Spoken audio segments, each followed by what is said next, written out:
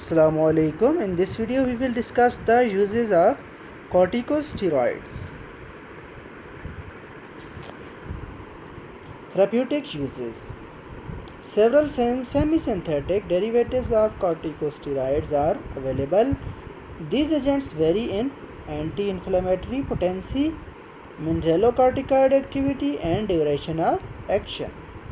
Corticosteroids are used in replacement therapy and in the treatment of severe allergic reactions, asthma, rheumatoid arthritis and other inflammatory disorders and in some cancers. Number 1 is replacement therapy for primary adrenocortical insufficiency, Addison disease.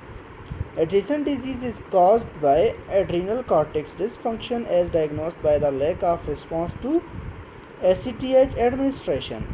Hydrocortisone, which is identical to natural cortisol, is given to correct the deficiency. Failure to do so results in death. The dosage of hydrocortisone is divided so that 2/3 of the daily dose is given in the morning and 1/3 is given in the afternoon. This should be remembered that 2/3 of the daily dose is given in the morning and 1/3 is given in the afternoon. Note, the goal of this regimen is to mimic the normal diurnal variation in cortisol levels. Administration of fludrocortisone, a potent synthetic mineralocorticoid with some glucocorticoid activity, may also be necessary to supplement the mineralocorticoid deficiency. Second one is replacement therapy for secondary or tertiary adrenocortical insufficiency. These disorders are characterized by a defect in the CRH production. What is CRH? CRH is corticotropin releasing hormone. This is released from the hypothalamus, or there is decrease in the adrenocorticotropic releasing hormone or ACTH production by the pituitary, anterior pituitary. Note, under these conditions, the synthesis of mineralocorticoids in the adrenal cortex is less impaired than that of glucocorticoids. Hydrocortisone is used for the treatment of these deficiencies.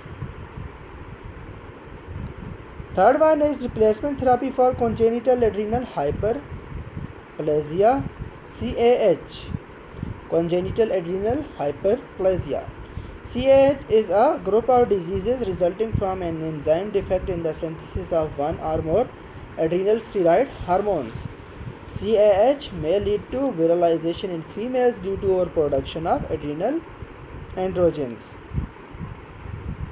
Treatment of the condition requires administration of sufficient corticosteroids to normalize the hormone synthesis.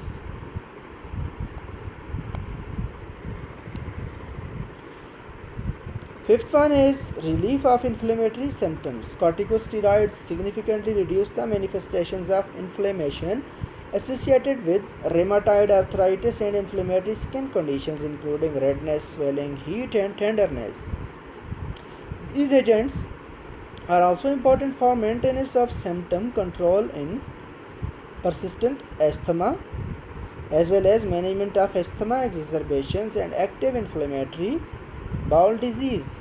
In non-inflammatory disorders such as osteoarthritis, intra-articular corticosteroids may be used for the treatment of a disease flare.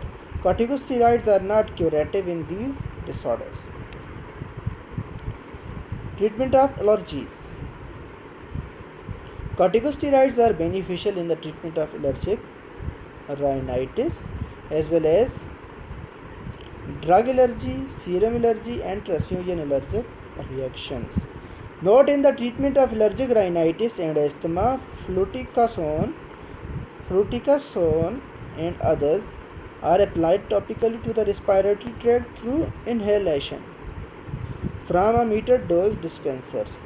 This minimizes systemic effects and allows the patient to reduce or eliminate the use of oral corticosteroids. Seventh use is acceleration of the lung maturation. Respiratory distress syndrome is a problem in premature infant. Fetal cortisol is the main regulator of lung maturation. Therefore, for this, when the cortisol levels in the fetus is low, then we give the corticosteroids that accelerate the maturation of the lungs in case of premature baby. Thank you for watching. Please subscribe.